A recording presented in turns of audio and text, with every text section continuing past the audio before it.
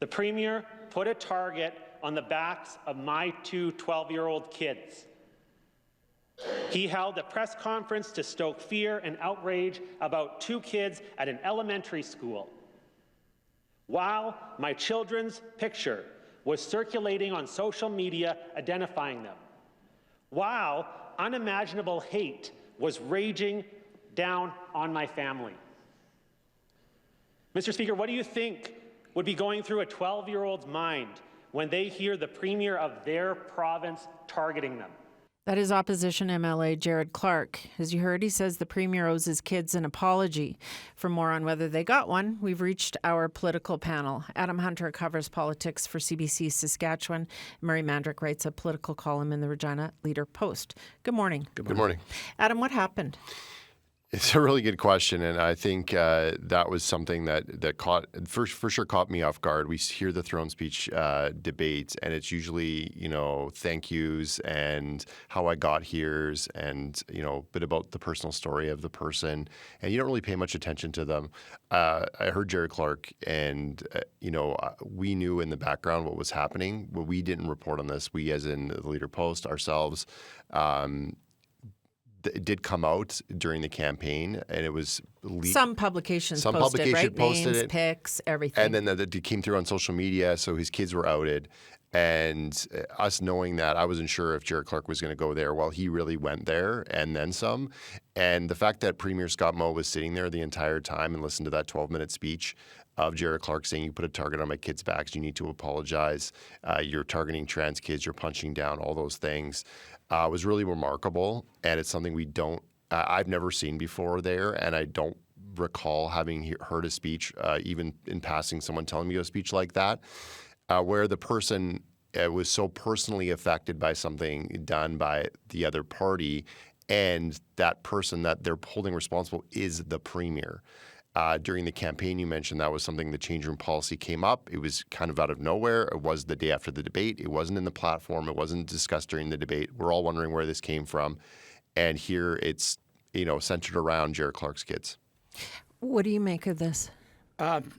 It's a sad moment in the legislature. What I make of it is I probably have more admiration for Jared Clarke than I did before. Well, not probably, I do. That was an amazing speech. And I have admiration for him as someone who has made himself the target as opposed to his kids, because he's getting pilloried on social media by just the worst of the trolls.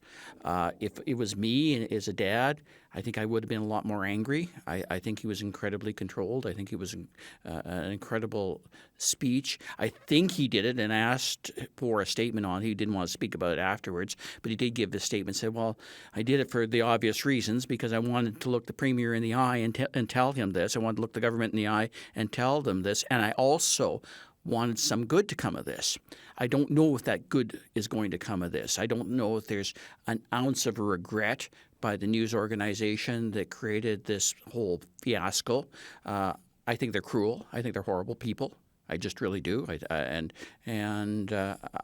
think there is an element within the government that fits that description as well, because I don't doubt for a moment what Mr. Clarke is saying, that the government indeed did know about his children well in advance. I think there is a direct connection through Jeremy Cockrell, who spoke on this issue before, about knowing full well that who was involved. As Mr. Clarke said, it doesn't really matter who was involved, but the fact of the matter is that the government proceeded with this policy with little regard for the consequences.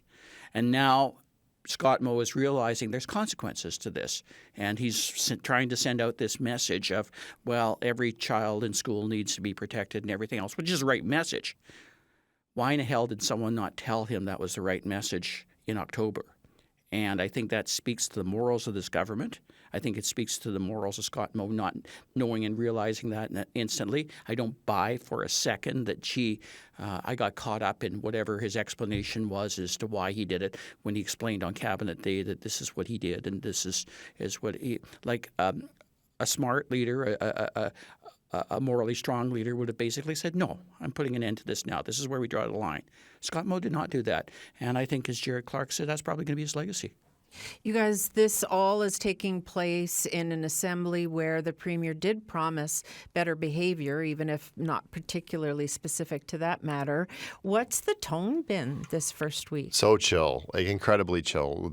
That aside, and that part of it was in the throne speech, and this is something I haven't seen in the throne speech either. There was a paragraph at the end dedicated to be on your best behavior. We're going to be on our best behavior.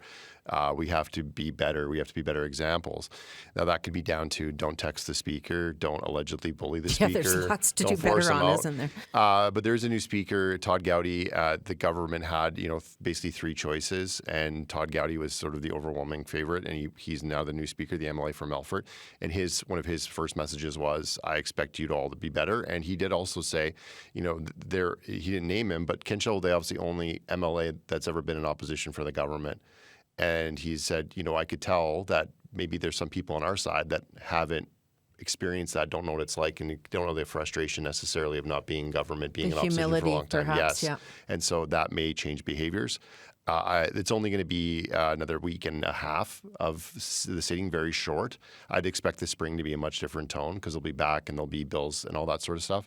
But for so far, so good as far as behavior goes. And have you seen decorum like this before? Because I noticed you were on social media saying like you could hear a pin drop, and for quite a period of time, because it often doesn't last that long. I was alone with my thoughts. I was just scared.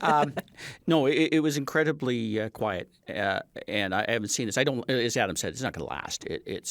And I think Speaker Gowdy's erring on the side of caution, and almost to the detriment of the place, because what is going to happen, or the real litmus test here, is when the government does something that the government needs to be held to account for, and whether he is willing to do that. And I don't think by basically coming down a little harder on a few words like rhetoric or anything else is really changing it. It comes down to a couple individuals. A couple of them aren't in the legislature anymore, like Don McMorris, who isn't the worst offender, but Bronwyn Eyre and everything, who may not have been the worst offender. Jeremy Harrison hasn't said anything. It's no longer government House Leader, and it's changed the tone of the entire place.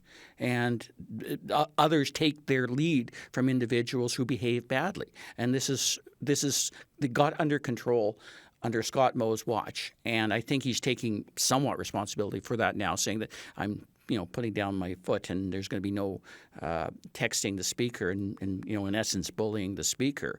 But I guess we'll see. We'll honestly see when, as Adam says, when comes the spring, and when when the rubber really hits the road with the budget and other matters.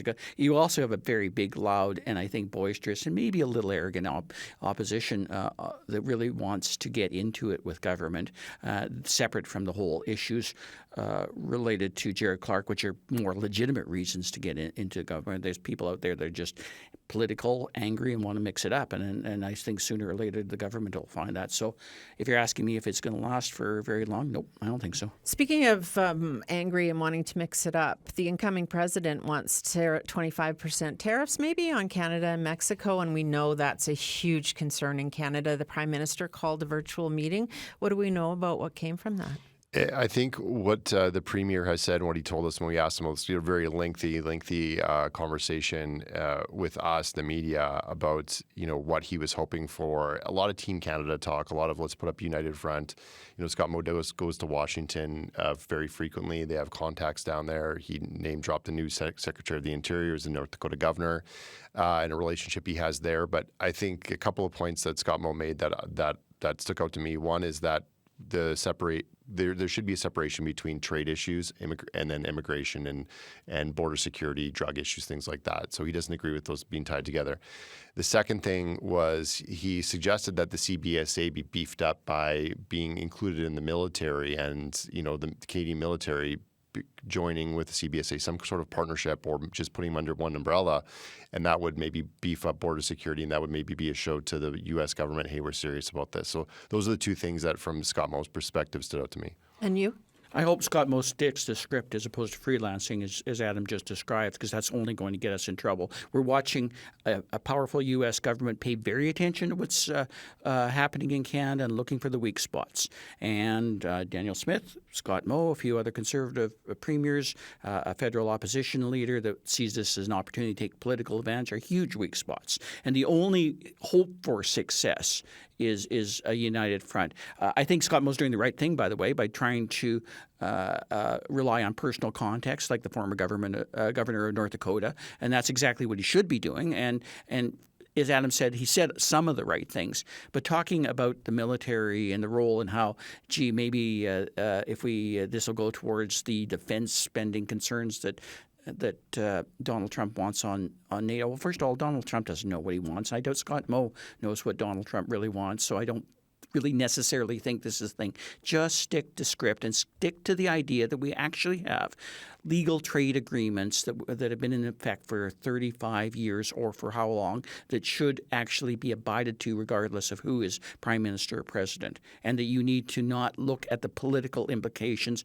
and the opportunity to score political points, and that you need to look at what's best for the Saskatchewan economy. $27 billion going from this province into the U.S. each year or last year. So that's what's at stake. And we need the money. We need the money. Apparently, yeah. Corey, we're $500 million more in debt because of crop insurance than we thought we would be. So. Yeah. Thanks, you guys. You're welcome. Adam Hunter covers politics for CBC Saskatchewan, and Murray Mandryk writes a column in the Regina Leader-Post.